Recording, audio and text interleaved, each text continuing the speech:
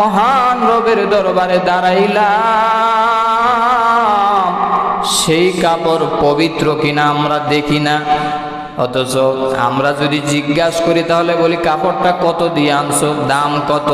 কিন্তু একটা বার ভাবে না মুসলমান, আমার পরনে যে প্যান্ট আছে, শার্ট আছে, গেঞ্জি আছে, পাঞ্জাবি আছে, এটা পবিত্র কিনা।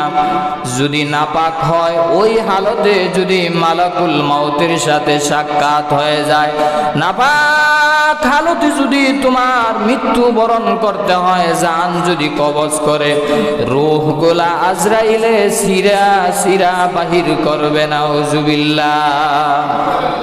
এই জন্য কলিজার টুকরা যুবক ভাইরা, ও পর্দার আলের মা, পবিত্র হালতে থাকো, পবিত্র অবস্থায় থাকো। পবিত্রতাকারীদেরকে মহান আল্লাহ ভালোবাসেন, পছন্দ করেন। রে কলিজার টুকরা যুবক ভাইরা, এতই বেশি মহব্বত করেন মহান আল্লাহ পবিত্রকারীদের সম্পর্কে। এক লোক সাহাবায়ে কেরামের একটা দল, তারা সব সময় পবিত্রতা অর্জন করত। এই জন্য আল্লাহ তাদের উপর সরাসরি কোরআনের আয়াত নাজিল করে দিয়েছেন। সুবহানাল্লাহ। আল্লাহ সূরা তাওবার 108 নম্বর আয়াত নাজিল করে নবীজিকে জানায় দিলেন, লা তাকুম ফীহি আবাদা লামাসজিদুন উসসিসা আলাত তাকওয়া মিন আউয়ালি ইয়াউমিন আহাক্কু আন তাকুমা فيه رجال يحبون أن يتطهروا والله يحب المطهرين। আল্লাহু আকবার।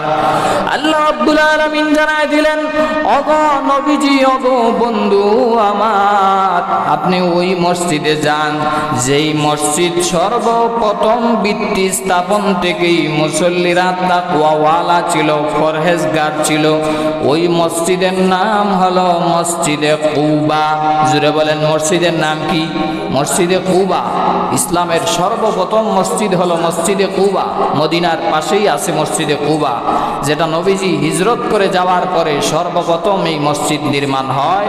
আর ওই মসজিদে যাই সর্বপ্রথম নবীজি নামাজ আদায় করেছিলেন। এই মসজিদের মুসল্লি সম্পর্কে মহান আল্লাহ সূরা তাওবার 108 নম্বর আয়াত নাজিল করে নবীজিকে জানায় দিলেন, আপনি ওই মসজিদে যায় নামাজ আদায় করেন যেই মসজিদের মুসল্লিরা পরহেজগার, তাকওয়াওয়ালা, মুত্তাকি। তারা কেমন তাকওয়াওয়ালা? রাসূল আরবি সাল্লাল্লাহু আলাইহি ওয়াসাল্লাম জিজ্ঞাসা করলেন, রে আহলে কুবাবাসী, তোমরা কি এমন আমল করো যে আমলের কারণে মহান আল্লাহ তোমাদের প্রশংসা করে? সরাসরি আল্লাহ কোরআনে আয়াত নাজিল করে দিলেন।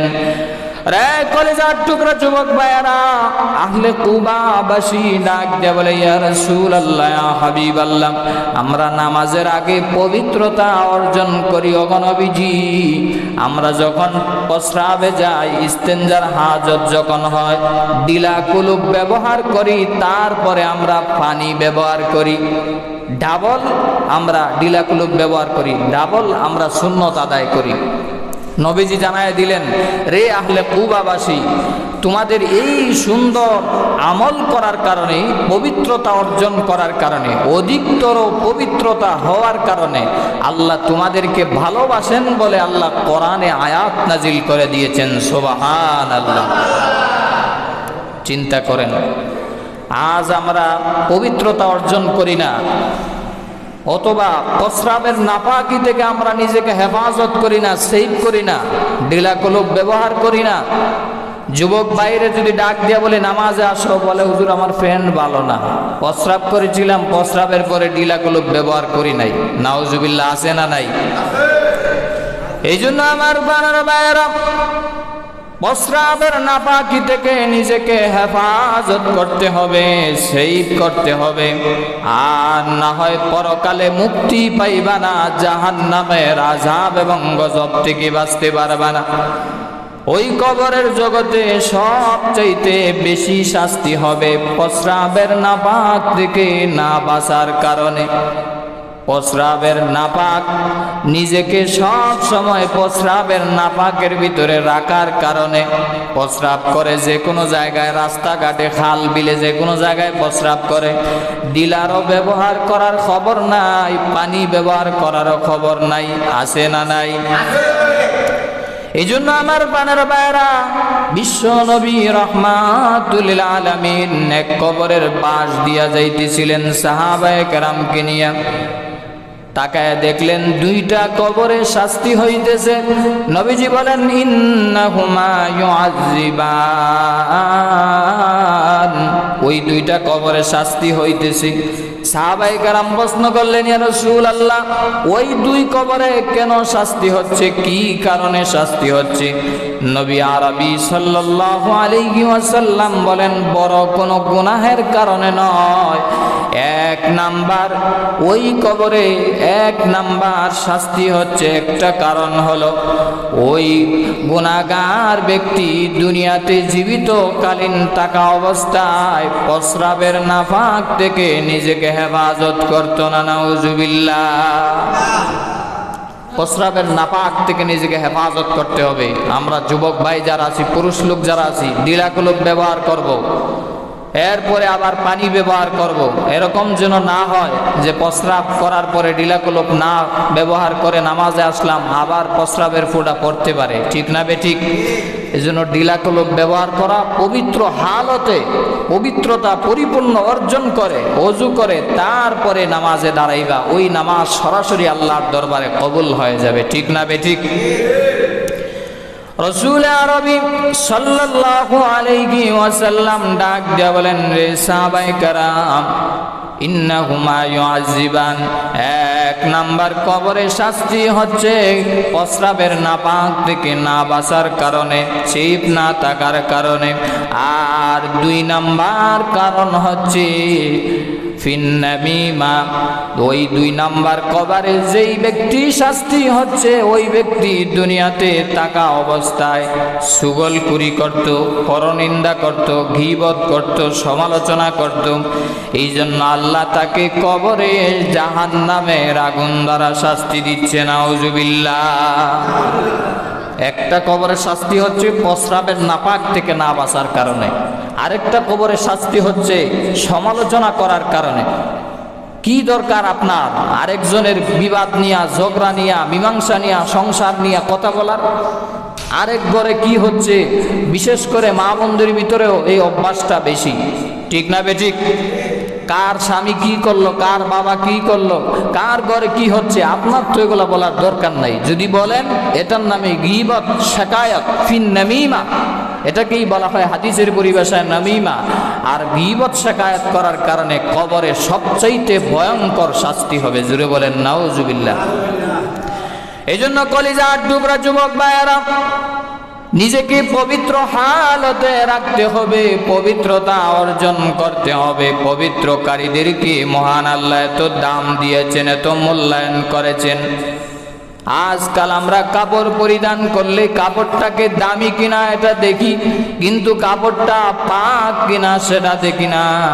অথচ খলিফাতুল মুসলিমিন ওমর রাদিয়াল্লাহু তাআলা আনহুর শরীরের জামা এত দামি কাপড় ছিল না, এত হাই কোয়ালিটির ব্র্যান্ডের কাপড় ছিল না।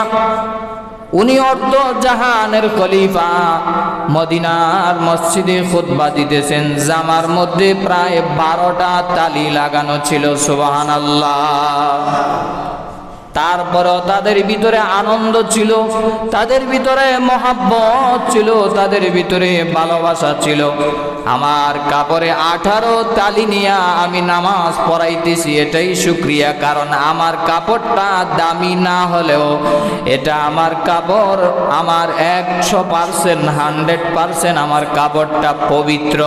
আর পবিত্র থাকার কারণে আমার আল্লাহ আমার নামাজ কবুল করবে। সুবহানাল্লাহ।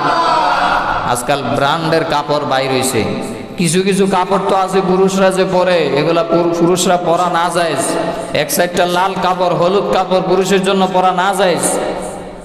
এগুলা পরা মাকরুহ। এগুলা পইরা নামাজ পড়লে নামাজও মাকরুহ হবে। পুরুষের জন্য পরা এটা নিষিদ্ধ। আবার কিছু মা বোনেরা আছে যারা হাতে এবং পায়ে নখ পালিশ দেয়, আছে না নাই? নখ পালিশ দেওয়ার পরে অজুর পানি, ফরজ গোসলের পানি আপনার ভিতরে যাবে না।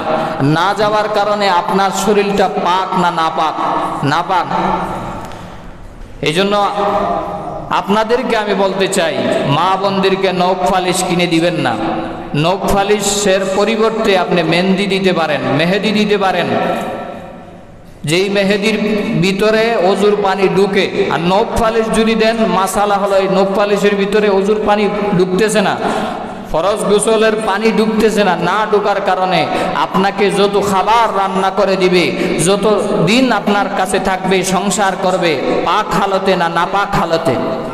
এই নামাজ পড়লে আর কি লাভ হবে, আর দোয়া করলে, কোরআন তেলাওয়াত করলে কি লাভ হবে? এই জন্য আমার বোনেরা ভাইয়েরা, ও পর্দার আলের মা, তোমাকে পাক হালতে থাকতে হবে। না পাক হালতে যদি থাকো, তোমার নামাজ আল্লাহর দরবারে কবুল হবে না, রোজা কবুল হবে না, যাকাত কবুল হবে না। তোমাকে পাক হালতে থাকতে হবে, না হয় কোরআন তেলাওয়াত আল্লাহর দরবারে যাবে না। এইরকম নখ পালিশ, এরপরে আরো কত পালিশ আছে, এগুলা দেওয়া যাবে না। তুমি আরো হালাল পন্থায় সৌন্দর্যতা অবলম্বন করার জন্য ব্যবহার করতে পারো, কোনো সমস্যা নাই। এই জন্য আমার বানার ভাইয়েরা বলতেছিলাম, পবিত্রতার বড় দাম, বড় মূল্য মহান আল্লাহ রাব্বুল আলামিনের কাছে। নবীজির একজন বিখ্যাত সাহাবী হযরত বিলাল রাদিয়াল্লাহু তাআলা আনহু এত পবিত্র থাকতেন, সব সময় নিজেকে ওযুর হালতে রাখতেন, কোনো সময় বেওযু থাকতেন না। এজন্য বুজুর্গরা বলেন, বাউযু বা খুদা, বেউযু বে খুদা। যারা অজু সহকারে থাকে তারা যেন আমি আল্লাহর সাথে থাকে, সুবহানাল্লাহ। আর যারা অজু ছাড়া থাকে তারা যেন শয়তানের সাথে থাকে, জোরে বলেন নাউজুবিল্লাহ। এই জন্য আমার বানারা ভাইয়েরা, সব সময় নিজেকে পবিত্র হালতে রাখা চাই। এমন যেন না হয় গোসল ফরজ হয় প্রথম রাত্রি, আর গোসল করে বেলা 12টা বাজে, আছে না নাই? আরো জোরে বলেন, আছে না নাই? ওই আপনার ফজরের নামাজ, কিসের খাবার, কিসের মুসলমান? কি জবাব দিবা? মৃত্যুবরণ যদি করো, এই নাপাক হালতে যদি তোমার সাথে মালাকুল মাউতের সাক্ষাৎ হয়ে যায়, তোমার রূহটা ভিতর থেকে সিরা সিরা বাহির করবে, নাউজুবিল্লাহ। যখন ফরজ হবে তখনই গোসল করে নেওয়া উত্তম, জোরে বলেন ঠিক না বেঠিক? অনেকে তো আমরা এটাও জানি না, গোসল ফরজ কিভাবে, ফরজ গোসল কিভাবে আদায় করতে হয় এটাও অনেকের জানা নাই। অজু কিভাবে সঠিকভাবে আদায় করতে হবে সেটাও আমাদের জানা নাই। অজু আর গোসল এগুলা যদি আমরা না জানি, তাহলে আমাদের নামাজ কবুল হচ্ছে না। আর গোসল ফরজ, এখন তো কিছু কিছু মানুষ আছে চুলের ভিতরে জড়া দিয়া রাখে, তার ভিতরে, তার তো গোসলও নাই, গোসল করলেও গোসলের পানি ভিতরে প্রবেশ করে না, আবার তাকে, সে নিজেকে আবার ফিরও দাবি করে, আছে না নাই? এই জন্য আমার বানারা ভাইয়েরা বলতেছিলাম, নবীজির একজন বিখ্যাত সাহাবী হযরত বিলাল রাদিয়াল্লাহু তাআলা আনহু, যিনি সব সময় পবিত্র হালতে থাকতেন, ওযু সহকারে থাকতেন। পয়গম্বর আরবি সাল্লাল্লাহু আলাইহি ওয়াসাল্লাম যখন মেরাজে গেলেন, জান্নাতে ভ্রমণ করতে গেলেন, তাকায় দেখেন বিলাল যেন আমার আগে আগে হাঁটতেছি, পায়ের জুতার আওয়াজ যেন পাওয়া যায়। মেরাজ কমপ্লিট করে সে দুনিয়াতে আসলেন, ডাক দিয়া বলে, রে বিলাল, এমন কি আমল করো যে আমলের কারণে তোমার পায়ের দুলির আওয়াজ আমি জান্নাতে পাইলাম, আরেক রিওয়ায়াতে আছে আল্লাহর আরশে পাইলাম। এমনি বিলাল রাদিয়াল্লাহু তাআলা আনহু ডাক দিয়ে বলেন, ইয়া রাসূলুল্লাহ, ইয়া হাবিবাল্লাহ, ওগো নবীজি, আমি তো বেশি কোনো ইবাদত করি না। আমি সাধারণ সব সময় যখন ওযু করি নামাজের আগে, ওযু করার সাথে সাথে তাহিয়াতুল ওযু 2 রাকাত নামাজ আদায় করি। আর সব সময় এই আমলটা আমি অভ্যাস বানায় নিয়েছি। আল্লাহ বলেন, এই আমলের কারণেই তোমার দাম আল্লাহ এত বাড়ায় দিয়েছেন। সুবহানাল্লাহ। পবিত্রতার এত দাম, পবিত্রতার এত মূল্য আল্লাহ রাব্বুল আলামিন কোরআনে কারীমের সূরা মাইদার 6 নম্বর আয়াতে কারিমায় আল্লাহ বড় সুন্দর করে জানায় দিলেন, ইয়া আইয়ুহাল্লাযীনা আমানু ইযা কুমতুম ইলাস সালাতি ফাগসিলু ওজুহাকুম ওয়া আইদিয়াকুম ইলাল মারাফিক। আল্লাহু আকবার। আল্লাহ রাব্বুল আলামিন বলেন, ওহে ঈমানদারেরা, ওহে বিশ্বাসীরা, তোমরা যখন নামাজের জন্য দণ্ডায়মান হইবা, দাঁড়াইবা, ইজা কুনতুম ইলাস সালাত ফাগসিলু ওজুহাকুম, সর্বপ্রথম তোমরা তোমাদের চেহারা ধৌত করে নাও, ওয়াইদিয়াকুম ইলাল মারাফিক, দুনো হাতের কনুই সহ তোমরা ধৌত করো, ওয়া আরজুলাকুম ওয়ামসাহু বিরুউসিকুম, 3 নম্বরে মাথা মাসে করো, 4 নম্বরে আল্লাহ বলেন ওয়া আরজুলাকুম ইলাল কাবাইন, দুনো পায়ের টাকনু সহ ধৌত করো। এইভাবে যদি পবিত্রতা অর্জন করতে পারো রে বান্দা, সঠিকভাবে যদি ওযু করতে পারো, চেহারায় দোয়ার সাথে সাথে, হাত দেওয়ার সাথে সাথে, পা দেওয়ার সাথে সাথে পরিপূর্ণ ওযু যখন করবা, ওযুর পানিগুলা টপ টপ করে পড়তে দেরি হবে, আমি আল্লাহ তোমার জিন্দেগির সব সগীরা গুনাহ মাফ করতে দেরি হবে না। এজন্য কলিজার টুকরা যুবক ভাইয়েরা, পবিত্রতার বড় দাম। আল্লাহ রাব্বুল আলামিন পবিত্রকারীদেরকে, পবিত্রতা অর্জনকারীদেরকে আল্লাহ ভালোবাসেন। এমন যেন না হয় আমার কাপড়টা যেন নাপাক না হয়। দামি হওয়া শর্ত না, ব্র্যান্ডের হওয়া শর্ত না, পবিত্র হওয়া শর্ত। যেই বিছানায় আপনি ঘুমাইবেন ওই বিছানাটা পবিত্র কিনা আগে দেখবেন। যেই ঘরে আপনি আছেন ওই ঘর অপবিত্র না পবিত্র, এটা আগে দেখতে হবে।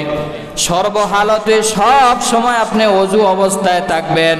আর ওযু অবস্থায় যদি আপনি থাকতে পারেন, এই অবস্থায় যদি মালাকুল মাউত আপনার সাথে সাক্ষাৎ করে, এই অবস্থায় যদি রূহটা আপনার আল্লাহর দরবারে নিয়ে যায়, আপনার রূহটা মহান আল্লাহ ইল্লিনের ভিতরে রাইখা দিবে। সুবহানাল্লাহ। এজন্য পবিত্রতা অর্জন করা চাই। কিভাবে ওযু করতে হবে, কিভাবে গোসল ফরজ আদায় করতে হবে, এটা জানতে হবে, জানা নিতে হবে। অনেকে আমরা আছি কপাল পরা, আমরা জানি না। কেন? আপনি দুনিয়ার সব কিছু জানেন, ইংলিশে বটর বটর করতে পারেন, গালি দিতে পারেন সুন্দর করে, স্ত্রীরে টাপটাস করে মারতে পারেন, কিন্তু বম মারলে ওযুর ফরজ কয়টা বাইর হয় না? মুসলমান আছে না নাই?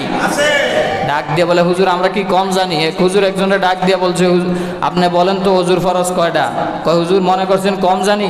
ওযুর ফরজ হলো 17টা। কয়টা? জুড়ে বলেন কয়টা? হুজুর ডাক দিয়া বলে, কি কি? কয় হাত ধোয়া, পা ধোয়া, মুখ ধোয়া, জিহ্বা ধোয়া, নাক ধোয়া ইত্যাদি কইতে কইতে কইছে 19টা। হুজুর ডাক দিয়ে বলে, বললেন আপনি 17টা আর এখন বললেন 19টা। কয় হুজুর আরো জানি, বলি না শুধু আপনাকে হুজুরের বয়ে। নাউজুবিল্লাহ কইবেন না? এই হলো আমাদের অবস্থা, হালত। আমরা ওযু জানি না, গোসল জানি না, জানাজার নামাজ আদায় করতেছি কিন্তু সে পবিত্র কিনা সেটাও জানে না। আল্লাহু আকবার। তাকাইতে আছে উপর দিকে, নিচের দিকে, অথচ সে জাতির নেতা। এরকম নেতা আছে না নাই? আরো জোরে বলেন, আছে না নাই? যেই নেতা বলবে আমি শরীয়ত মানি না, কোরআন মানি না, হাদিস মানি না, রাসূল মানি না, ওই নেতাকে কোনো মুসলমান জিন্দা থাকতে মানতে পারে না। ঠিক না বেঠিক? যদি মানো, লেখা নাও, হাতে কলমে লেখা নাও, তোমার নামদারি মুসলমান হইতে পারো, তোমার নাম আল্লাহর কাতারে মুসলমানে আর নাই। ঠিক না বেঠিক? এই জন্য এমন দল সাপোর্ট করবা না যেই দলের কারণে তোমার ঈমানও নষ্ট, আমলও নষ্ট। এই জন্য সাবধান মুসলমান, পবিত্রতা অর্জন করবা। পবিত্রতাকারীদেরকে মহান আল্লাহ ভালোবাসেন।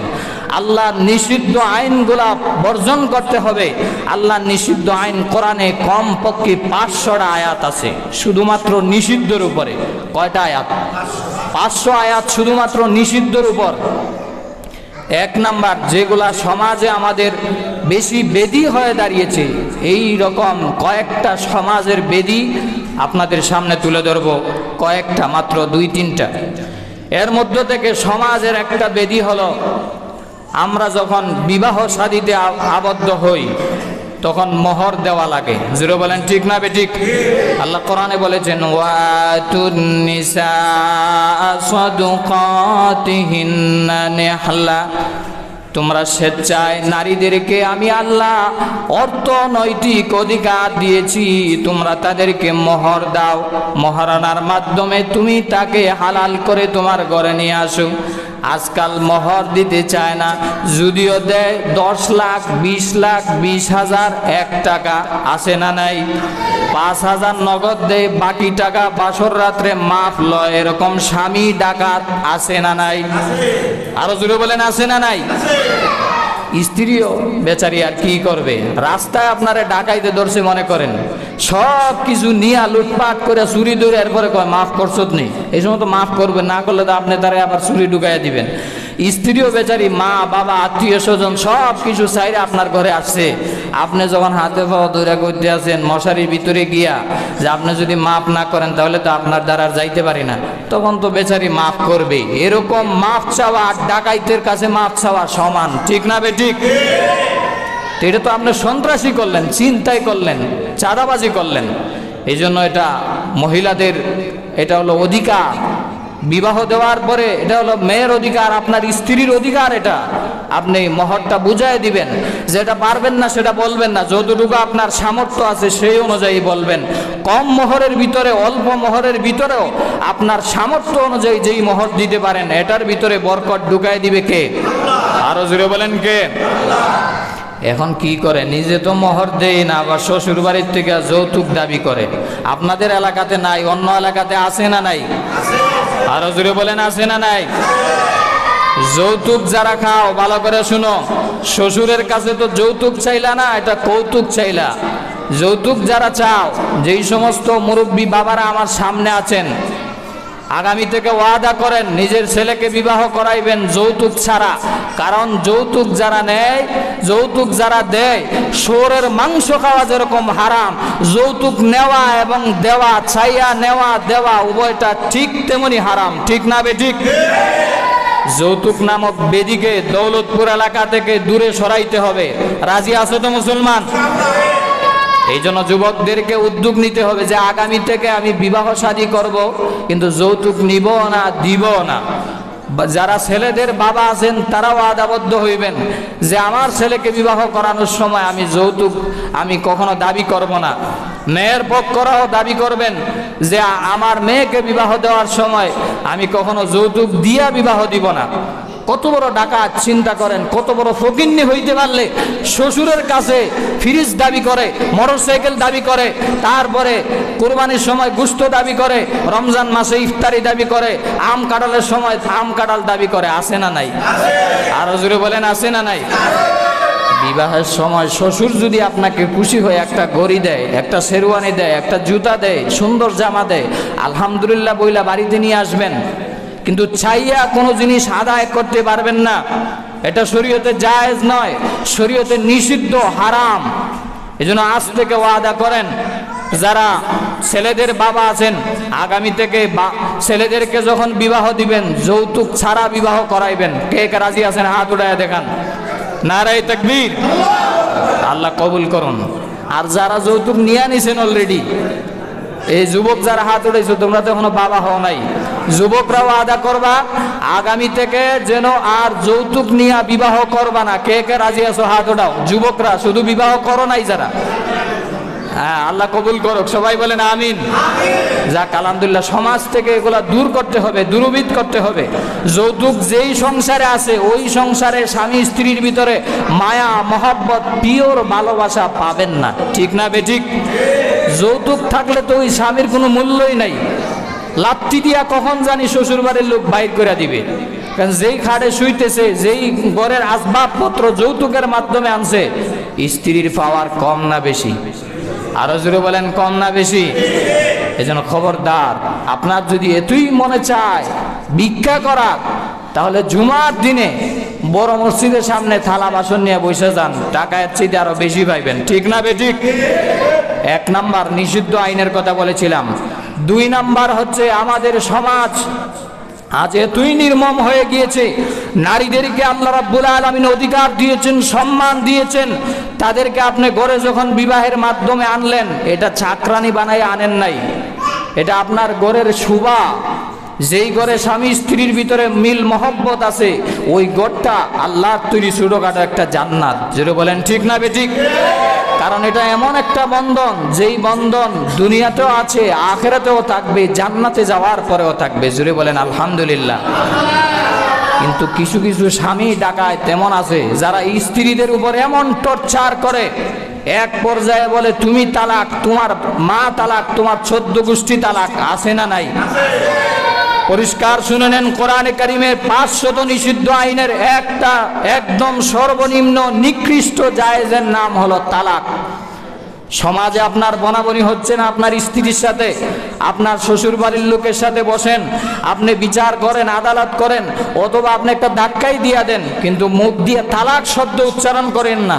যারা বিবাহিত পুরুষ যারা আছো ভালো করে শুনে নাও, বিবাহিত নারী যারা পর্দার অন্তরালে আছো ভালো করে শুনে নেন।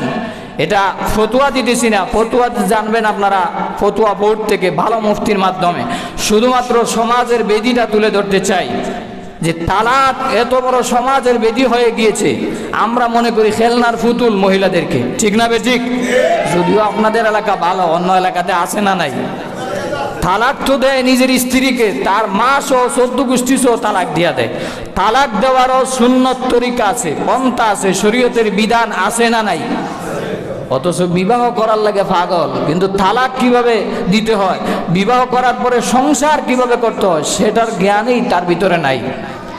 এজন্য বিবাহ করার আগে এই সমস্ত আইন কানুনগুলা, নিয়ম কানুনগুলা ভালো আলেমের কাছে যায়, ভালো মুফতির কাছে যায়, আগে জানতে হবে, শিখতে হবে, তারপরে বিবাহ করতে হবে, তারপরে তালাক দিতে হবে। জুড়ে বলেন ঠিক না বেঠিক? দেখেন, তালাক যদি দিতে চান, যদি দেখেন আপনার সাথে বনাবনি হচ্ছে না, আপনি প্রথমত আপনার পারিবারিকভাবে আপনি পরামর্শে বসেন। তারপরেও যদি না হয়, শ্বশুর বাড়ির লোকের সাথে বসেন। তারপরেও যদি না হয়, আপনি একটা ধাক্কা দিয়ে দেন, বিছানা আলাদা করেন, অথবা হালকা প্রহারও করতে পারেন। তারপরেও মুখ দিয়া তালাক শব্দ উচ্চারণ করবেন না, কারণ তালাক শব্দ যদি উচ্চারণ করেন, রাসূলুল্লাহ সাল্লাল্লাহু আলাইহি ওয়াসাল্লাম হাদিস শরীফের ভিতরে বলেছেন, সালাসুন জিদ্দুহুন্না জিদ্দুন ওয়া হাজলুহুন্না জিদ্দুন। 3টা জিনিস এমন আছে, সত্যিকার অর্থে বললেও সেটা সত্যি, আর ঠাট্টা মস্কারি কইরা বললেও সেটা ঠাট্টা মস্কারি হয় না, এটা সত্যিই হয়ে যায়। এর ভিতরে একটা হলো তালাক। তালাক যদি আপনি মস্কারি করেও বলেন, আয়েশা বলে হুজুর রাগের মাথায় তালাক দিছি। রাগের মাথায় তুমি মানুষে তালাক দেয়, মানুষে কি হাইসা ভালোবাসা করে তোমারে অনেক মহব্বত করি, তোমারে তালাক দিলাম, এরকম কি বলে? রাগের মাথায় তো মানুষে তালাক দেয়। ঠিক না বেঠিক?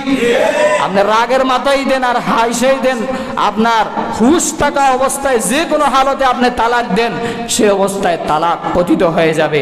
আবার এক তালাক দিলে আপনি ঘুরিয়ে নিতে পারেন। সুন্নত তরিকা হচ্ছে 3 তুহুরে 3 তালাক দিবেন, 3টা পবিত্রতায় 3টা তালাক দিবেন 3 মাস পর পরে। একটা তালাক দেওয়ার পরে 1 মাস সময় দিবেন, 2টা তালাক দেওয়ার পরে 2 মাস, আরও 1 মাস সময় দিবেন, 3 তালাক দেওয়ার এরপরে যখন দেখবেন ঠিক হয় না, এরপরে যে মনে করবেন এই স্ত্রীর সাথে আমার বনাবনি হচ্ছে না, 3 তালাক দিয়া দিবেন। কিন্তু এখন রাগ ওটার সাথে সাথেই 1 তালাক, 2 তালাক, 3 তালাক এইভাবে দিয়ে ফেলে। আছে না নাই? আরো জোরে বলেন, আছে না নাই? এরপরে আয়েশা হুজুরের কাছে কোনো দোয়া আসেনি, হুজুর কোনো তওবা আসেনি? 1500 টাকা ধরায়, কিছু মৌলবী আবার এরকম আছে 1500 টাকা পাইলে ওই সমস্ত তালাক পাত্তা স্বামী স্ত্রীকে আবার হালাল করে দেয়। নাউজুবিল্লাহ বলবেন না? এই সমস্ত মৌলবীদেরকে বলতে চাই, 1500 টাকা পাইয়া তোমার পকেট গরম করতে পারো, কিন্তু 3 তালাক দেওয়ার পরে যেই স্বামী আর স্ত্রী বন্ধনে আবদ্ধ থাকবে, ব্যবহার করবে, ঘরে থাকবে, প্রত্যেকটা দিন জিনার গুনাহ হবে। জুড়ে বলেন ঠিক না বেঠিক? 3 তালাক দেওয়ার পরে, ভালো করে শুনেন, 3 তালাক দেওয়ার পরে আর ফিরে নেওয়ার কোনো ক্ষমতা মক্কার ইমামের নাই। মক্কার ইমামও যদি আইসা বলে যে তোমার স্ত্রীরে তোমার হালাল করে দেওয়া যাবে, হবে না। আল্লাহ বলেছেন না তালাক মাররাতান, 2 তালাকের কথা এসেছে। 1 তালাক দিতে পারবেন, 2 তালাক দিতে পারবেন, ঘুরায় নিতে পারবেন। 3 তালাক যখন দিয়ে দিবেন তালাকে মোগাল্লাজা হয়ে যাবে। এটা শেষ প্রান্ত, সীমাবদ্ধ শেষ। আপনি যখন বর্ডার পার হয়ে গেলেন, ক্রস হয়ে গেলেন, আর এখানে আসতে পারবেন না। এখন বলবেন হুজুর রাগের মাথায় দিয়ে ফেলেছে, এখন কি করা যায়? আর হবে না। হাত্তা তানকিহা জাওজান গায়রা, অন্য জায়গায় বিবাহ দিতে হবে, তারপরে অন্য মাসালা। এই জন্য তালাক নামক বেদি থেকে আল্লাহ যেন আমাদেরকে হেফাজত করেন। সবাই বলেন আমিন। তালাক কেন দিতে যাবেন? স্বামী স্ত্রী বন্ধনটা ভালোবাসার বন্ধন, মহাব্বতের বন্ধন। এই যে এর আগে আর অনেক পরামর্শ দিলাম, সেগুলা আপনি জাস্টিফাই করতে পারেন, ট্রাই করতে পারেন। তালাক নামক শব্দ কশিনকালেও মুখ দ্বারা উচ্চারণ করবেন না। আর 3 নাম্বার যেই নিষিদ্ধ আইনের কথা কোরআনের ভিতরে এসেছে, 500টা আইনের ভিতরে 3 নাম্বার, যেটা বর্তমান সমাজে 180 মাইল বেগে আমাদের মধ্যে সমাজে চলতেছে, যেটার নাম পরকীয়া প্রেম ভালোবাসা। আছে না নাই? আরো জোরে বলেন আছে না নাই? বিবাহিত পুরুষ বিবাহিত নারীর সাথে ইটিস পিটিস আছে না নাই? লজ্জা পাইতেছেন আপনারা? এগুলা সমাজের বেদি। সমাজ এগুলা এমন ভাবে আক্রান্ত হয়েছে যে ক্যান্সার চাইতে আরো বেশি মারাত্মক। আপনি নিজে বিবাহিত পুরুষ আরেক বিবাহিত নারীর সাথে আপনি কিভাবে আপনি কথা বলেন, টাইম পাস করেন, কিভাবে আপনি কথা বলেন? এটা হালাল না হারাম? পরকীয়া প্রেম ভালোবাসা যারা করো, ভালো করে শুনে নাও, দুনিয়াতে আল্লাহর পক্ষ থেকে 3টা শাস্তি, আখিরাতে 3টা শাস্তি, মোট 6টা শাস্তি আল্লাহর পক্ষ থেকে। জুড়ে বলেন নাউজুবিল্লাহ। 1 নাম্বার, যারা পরকীয়া প্রেম ভালোবাসা করো, বিবাহিত নারী এবং বিবাহিত পুরুষ, স্বামী আছে প্রবাসে, এর ভিতরে বাজারে হাটে মার্কেটে ড্রাইভারের সাথে হ্যালো আছে না নাই? আরো জোরে বলেন আছে না নাই? স্বামীর সাথে সুন্দর করে কথা বলে না, ওর পুরুষের সাথে যখন কল দেয় তখন ভালো করে আসসালামু আলাইকুম, কেমন আছেন ভাইয়া, আছে না নাই? মার্কেটে যখন যায়, ভাইয়া সুন্দর শাড়িটা দেখান, কি মিষ্টি ভাষায় কথা। এরপরে ভাইয়ার সাথে নাম্বারের লেনদেন হয়ে যায়, SMS আদান প্রদান, এরপরেই শুরু হয়ে যায় পরকীয়া প্রেম ভালোবাসা। আছে না নাই? প্রতিদিন আপনি পত্রিকার রিপোর্ট দেখেন, অনলাইন নিউজ দেখেন, শুধু পরকীয়া প্রেম ভালোবাসা। কেন এগুলা কেন হচ্ছে? একমাত্র কারণ হলো আমরা শরীয়তের বিধান থেকে দূরে সরে যাওয়ার কারণে। এজন্য যারা পরকীয়া প্রেম ভালোবাসায় লিপ্ত আছো তারা ফিরে আসবা। রাজি আছে তো মুসলমান? কারা কারা ফিরে আসবেন হাত উঠায় দেখান, হাত উঠায় দেখান কারা কারা ফিরে আসবেন। আপনি হাত উঠাইছেন কেন ভাই? আপনি কি করেন পরকীয়া প্রেম? নাউজুবিল্লাহ, হয়তো ভুলে উঠাইছেন। যাক আলহামদুলিল্লাহ, আপনারা হুশ আছে দেখা যায়। তো ভালো করে শুনেন, যারা পরকীয়া প্রেম ভালোবাসা করেন, 1 নাম্বার আল্লাহর পক্ষ থেকে দুনিয়ার 1 নাম্বার শাস্তি হলো আপনার চেহারার উজ্জ্বলতা আল্লাহ নষ্ট করে দিবে, চেহারার ভিতরে আর কোনো নূর থাকবে না। 2 নাম্বার পরকীয়াকারীদের শাস্তি হলো 2 নাম্বার আপনার আয়ুষ্কাল কমে যাবে। 70 বছর বাঁচতে ছিলেন, আল্লাহ 20 বছর কমায় দিবে। 3 নাম্বার শাস্তি হলো আপনাকে অভাব অনটন গ্রাস করবে। এই দুনিয়াতে 3টা শাস্তি, আখিরাতে 3টা শাস্তি। 1 নাম্বারে মহান আল্লাহ নিজে আপনার উপর রাগান্বিত হয়ে যাবেন। জোরে বলেন নাউজুবিল্লাহ। 2 নাম্বার শাস্তি হলো আপনার আমল নামা যখন দেওয়া হবে, আপনি লজ্জায় আপনার আমল নামা পড়তে পারবেন না। জোরে বলেন নাউজুবিল্লাহ। আর 6 নাম্বার সর্বশেষ আখিরাতের 3 নাম্বার শাস্তি হলো বিনা হিসাবে বিনা বিচারে আপনার ঠিকানা জাহান্নাম হবে। জোরে বলেন নাউজুবিল্লাহ। এই জন্য হাতে ধরে পায়ে ধরে বলবো, যাদের মোবাইলে এখনো নাম্বার আছে, যারা এখনো ইটিস ফিটিস করো, আজ থেকে তওবা করো। আল্লাহ রাব্বুল আলামিন তওবাকারীদেরকে ভালোবাসেন। ইন্নাল্লাহা ইউহিব্বুত তাওয়াবিন ওয়া ইউহিব্বুল মুতাতাহহিরিন। আজকের বিষয়বস্তু এটা। তওবা যারা করবে আল্লাহ তাদেরকে মহব্বত করবেন, ভালোবাসবেন। তুমি যতই গুনাহ করো না কেন, আল্লাহ কিন্তু এর চাইতে আরো বড় দয়াশীল। জোরে বলেন ঠিক না বেঠিক? এই জন্য এই পাক পবিত্রতা অর্জন করতে হলে এটা শিক্ষা দীক্ষার দরকার আছে না নাই? আরো জোরে বলেন আছে না নাই? এই জন্য মাসুদ ভাই, শাহাদত ভাই, মসজিদ কমিটি, এলাকাবাসী তারা চায় আমার বাচ্চারা যেন পাক পবিত্রতা অর্জন করতে পারে। এই জন্য একটা মাদ্রাসা তারা করতে চায়। মাদ্রাসা করার দরকার আছে না নাই? বাচ্চারা যখন নামাজ শিখবে, অজু শিখবে, গোসল শিখবে, এই বাচ্চা কখনো প্রেম ভালোবাসা করবে না, এই বাচ্চা কখনো অন্যের বউ নিয়ে দৌড় দিবে না। জুড়ে বলেন ঠিক না বেঠিক? এই এলাকা মসজিদ হওয়ার মাধ্যমে যেরকম আবাদ হয়েছে, মাদ্রাসা হইলে এই এলাকা আরো সোনায় সুহাগা হয়ে যাবে, আলেম হবে, হাফেজ হবে, কোরআনের আয়াত যখন মুখরিত হবে এই এলাকাতে শান্তি বিরাজমান করবে। চুর ডাকাত, চিন্তায়, রাহাজানি, জোয়ার আড্ডা, মদের আড্ডা আর ক্যারাম বোর্ডের আড্ডা এলাকায় থাকবে না। জুড়ে বলেন ঠিক না বেঠিক? এই জন্য তাদের হাতে হাত মিলাইয়া মাদ্রাসা কিভাবে করা যায়, মাহফিল কিভাবে করা যায় সেইভাবে উদ্যোগ নেওয়া লাগবে। ঠিক না বেঠিক? কারণ দেখেন, মসজিদের উদ্যোগে, মাদ্রাসার উদ্যোগে মাহফিল হওয়ার মানে, আমি মাহফিলের পক্ষে কথা বলতেছি এই জন্যে, কারণ মাহফিলের মাধ্যম হচ্ছে কোরআনে কারীমের দাওয়াত মানুষের কাছে পৌঁছানো। আল্লাহ বলেন, ওয়ামান আহসানু কাওলাম মিম্মান দাআ ইলাল্লাহ, আমি আল্লাহর কাছে তারাই সর্বোত্তম যারা আমি আল্লাহর দিকে মানুষদেরকে আহ্বান করে। আপনার একজনের কথার মাধ্যমে যেন মাহফিল বন্ধ না হয়, একজনের কথার মাধ্যমে যেন কোরআনের আওয়াজ যেন বন্ধ না হয়। একজনের কথার মাধ্যমে আপনি পারেন না, সমালোচনা করবেন কেন? যারা চেষ্টা করে তাদেরকে আমরা সমর্থন দিবেন, তাদেরকে আপনি তাদের সাথে থাকবেন। আর না পাইরা শয়তানের দল কিন্তু শক্তিশালী হয়, না না মাহফিল টাফিল করার দরকার নাই, এরকম কিছু লোক আছে না নাই? আরো জোরে বলেন আছে না নাই? খবরদার, আমি কাউকে ইন্ডিকেট করে কথা বলতেছি না। মাহফিল হওয়ার পক্ষে আমি এই জন্যে, কারণ মাহফিল করলে যুব সমাজ পরিবর্তন হবে।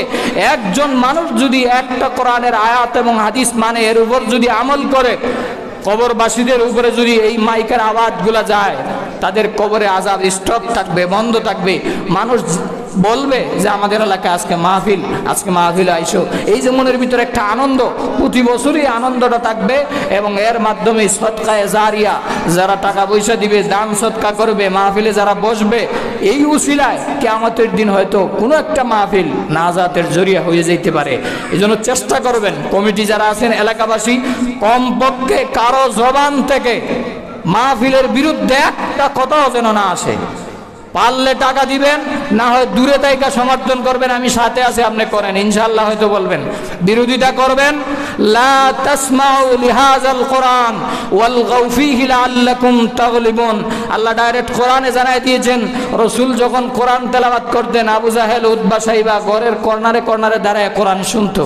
কোরআন শুনলে এত মজা লাগতো, তারা বলতো, না খবরদার, এই কোরআনের আওয়াজ যদি বন্ধ না করতে পারি, আমি আবু জাহেলের সব রাজনীতি বন্ধ হয়ে যাইব।